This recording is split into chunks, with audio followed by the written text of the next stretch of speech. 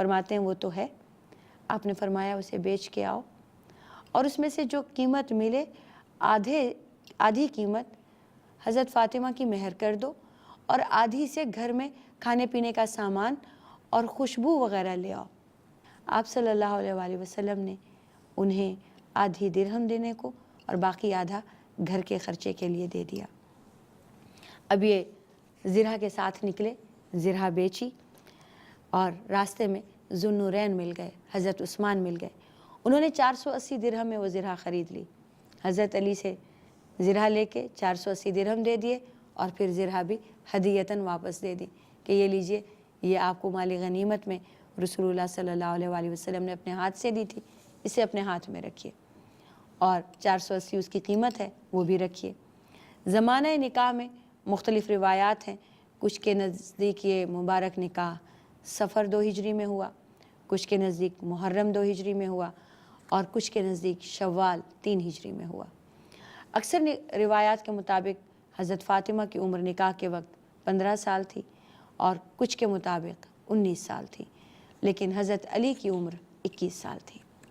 رخصتی سے پہلے آپ صلی اللہ علیہ وآلہ وسلم نے حضرت فاطمہ کا سر اپنے چھاتی کے ساتھ لگایا، ان کی پیشانی پہ بوسہ دیتے ہوئے فرمایا کہ دیکھو، اور ان کا ہاتھ حضرت علی کے ہاتھ میں پکڑا دیا اور فرمایا کہ اے علی، تجھے پیغمبر کی بیٹی مبارک ہو، اور حضرت فاطمہ سے فرمایا کہ فاطمہ تمہارا شوہر بہت اچھا ہے۔ یہ کہہ کہ آپ نے دونوں میاں بیوی کو حقوق و فرائض پر ایک خطبہ دیا۔ حضرت علی اور حضرت فاطمہ کو بیٹھا کر آپ نے میاں اور بیوی کے حقوق اور فرائض سمجھائے اور انہیں رافع اور ایمن کے ساتھ بھیج کے ان کے گھر روانہ کر دیا۔ آپ صلی اللہ علیہ وآلہ وسلم نے حضرت علی سے کہا میرا انتظار کرنا۔ آپ نے حضرت علی کو جب انتظار کے لیے کہا، ان کا گھر کافی دور تھا، آپ ان کے گھر گئے، گھر جانے کی اجازت مانگی اور ایک پانی کا پیالہ لیا، اس میں آپ نے اپنا ہاتھ ڈبویا اور وہ پانی حضرت علی کے بازو اور سینے پہ چھڑکا اور حضرت فاطمہ پر بھی چھڑکا، اور اس کے بعد پھر حضرت فاطمہ سے فرمایا کہ فاطمہ، میں نے تمہاری شادی اپنے خاندان کے بہترین شخص سے کی ہے۔ ایک روایت میں ہے کہ آپ نے حضرت انس کو بھیج کر حکم دیا کہ انصار اور مہاجرین کو جمع کرو۔ جب وہ سب جمع ہو گئے تو آپ نے فرمایا اے گروہ انصار اور مہاجرین، ابھی جبریل امین میرے پاس یہ اطلاع لے کر تشریف لائے ہیں کہ اللہ تعالیٰ نے بیت المعمور میں فاطمہ بنت محمد اور اپنے بندہ خاص علی بن ابی طالب کا نکاح کر دیا ہے، اور مجھے حکم ہوا ہے کہ یہ عقد نکاح کی تجدید میں اس دنیا میں تمام اصحاب کے روبرو کروں اور ایجاب و قبول کراؤں۔ آپ صلی اللہ علیہ وآلہ وسلم نے حضرت فاطمہ کو جو جہیز دیا اس کی تفصیل یوں ہے کہ ایک بستر دیا جو مصری کپڑے کا تھا، اس میں اون بھری تھی، ایک نقشی تخت تھا یا پلنگ جسے کہتے ہیں، ایک چمڑے کا تکیہ تھا جس میں کھجور کی چھال بھری تھی، ایک مشکیزہ تھا، 2 مٹی کے گھڑے تھے جسے پانی بھرا جاتا ہے، ایک چکی، ایک پیالہ، 2 چادریں، 2 بازو بند نقرئی، ایک جائے نماز۔ یہ آپ صلی اللہ علیہ وآلہ وسلم نے حضرت فاطمہ کو جہیز دیا۔ آپ نے حضرت علی کو ولیمہ کرنے کا حکم دیا۔ مہر سے جو رقم بچی تھی وہ بھی حضرت علی کے پاس تھی۔ حضرت سعد بن ابی وقاص نے آپ کو بھیڑ تحفے میں دی اور تمام انصار نے مل کر آپ کی دعوت ولیمہ کی۔ دسترخوان پر پنیر، کھجور، نان اور گوشت پکا ہوا تھا۔ حضرت اسماء سے روایت ہے کہ حضرت علی اور حضرت فاطمہ کے ولیمے سے بہتر اس زمانے میں اور کوئی ولیمہ نہیں ہوا۔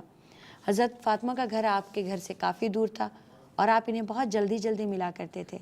آپ حضرت فاطمہ کو، آپ صلی اللہ علیہ وآلہ وسلم حضرت فاطمہ کو دیکھے بغیر نہیں رہتے تھے، آپ کو تکلیف ہوتی تھی ان کے گھر میں جلدی جلدی جانے میں۔ حارث بن نعمان ایک انصاری تھے، بہت دولت مند تھے اور ان کے کئی ایک مکان تھے۔ انہوں نے آپ صلی اللہ علیہ وآلہ وسلم کے کہنے پہ حرم نبوی کے ارد گرد کئی مکان آپ کو دیے۔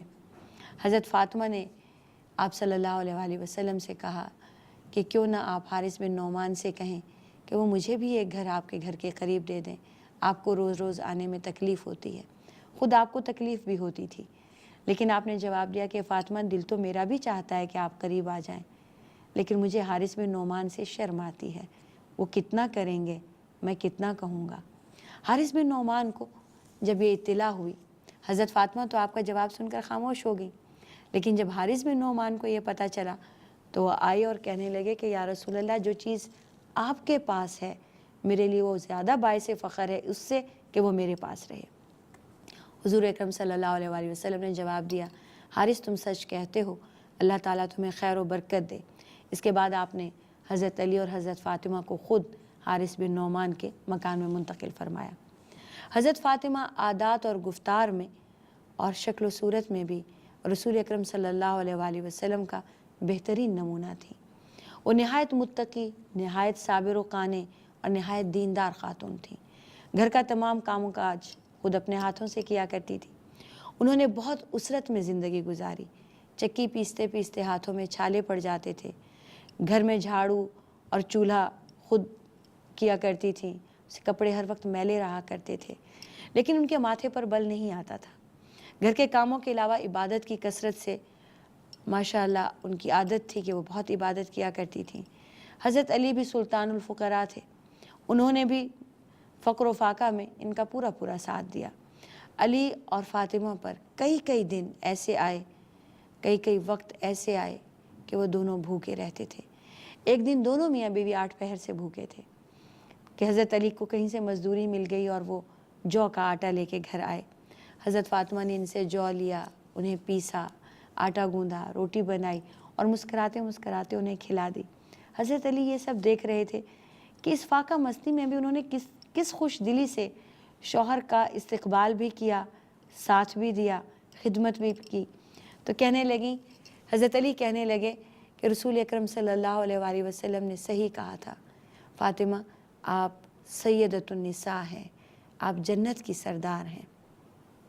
اب وہ زمانہ شروع ہوا جب فتوحات کا دورہ تھا، مدینہ منورہ میں بھی بکثرت مال غنیمت آنا شروع ہوا۔ اب مال و زر، لونڈی غلاموں کی کمی نہ رہی، تو ایک دن حضرت علی نے حضرت فاطمہ سے کہا کہ جا کر رسول اللہ صلی اللہ علیہ وآلہ وسلم کے پاس آج ہی بہت سے غلام، بہت سی لونڈیاں اور مال غنیمت آیا ہے، جاؤ اور ان سے ایک لونڈی مانگ لاؤ۔ وہ حضور کی خدمت میں گئیں، بیٹھیں اور واپس آ گئیں۔ شرم و حیا سے مانگنے کا حوصلہ نہ پڑا۔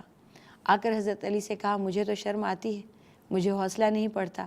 پھر دونوں میاں بیوی مل کر آپ صلی اللہ علیہ وآلہ وسلم کے پاس گئے، اپنی تکالیف بیان کی اور لونڈی کے لیے عرض کی۔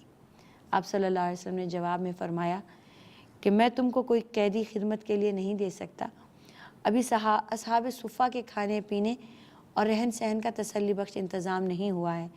میں ان لوگوں کو کیسے بھول سکتا ہوں جنہوں نے اپنا گھر بار اللہ اور اللہ کے رسول کی خاطر چھوڑ رکھا ہے اور فقر و فاقہ اختیار کر رکھا ہے۔ دونوں میاں بیوی خاموشی سے گھر چلے گئے۔ آپ صلی اللہ علیہ وآلہ وسلم نے یہ جواب دے تو دیا، اب ان کا دل دکھی ہو رہا تھا۔ آپ خود رات کو ان کے گھر تشریف لے گئے، فرمایا تم جس چیز کے خواہش مند تھے اس سے بہتر ایک چیز تمہیں دوں؟ ہر نماز کے بعد 33 مرتبہ سبحان اللہ، الحمدللہ اور 34 مرتبہ اللہ اکبر کہا کرو، یہ عمل تمہارے لیے بہترین خادم ثابت ہوگا اور تم تھکا نہیں کرو گی، اسی لیے انہیں تسبیحات فاطمہ کہتے ہیں۔ ایک دفعہ رسول اکرم صلی اللہ علیہ وآلہ وسلم حضرت فاطمہ کے گھر تشریف لے گئے، دیکھا کہ وہ اونٹ کی کھال کا لباس پہنے ہوئے تھیں اور اس میں بھی 13 پیوند لگے ہوئے تھے، آٹا گوندھ رہی ہیں اور زبان پر اللہ کا کلام جاری ہے، قرآن مجید کی تلاوت فرما رہی ہیں۔ آپ یہ منظر دیکھ کر آپ دیدہ ہو گئے، فرمایا فاطمہ دنیا کی تکلیف کا صبر سے مقابلہ کرو اور آخرت کی دائمی خوشی کا انتظار کرو، اللہ تعالیٰ تمہیں بہت اجر دے گا۔ حضرت ابو ذر غفاری کا بیان ہے کہ ایک دفعہ حضور اکرم صلی اللہ علیہ وآلہ وسلم نے مجھے حکم دیا کہ علی کو بلا لاؤ۔ میں اس وقت ان کے گھر گیا تو میں نے دیکھا کہ سیدۃ النساء ایک بچے کو گود میں لیے بیٹھی ہیں اور چکی پیس رہی ہیں۔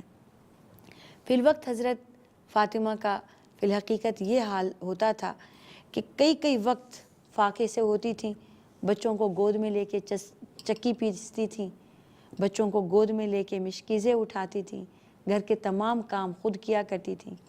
ایک مرتبہ حضرت فاطمہ مسجد نبوی میں تشریف لائیں تو ایک روٹی میں سے ایک ٹکڑا آپ صلی اللہ علیہ وآلہ وسلم کے منہ میں ڈال دیا۔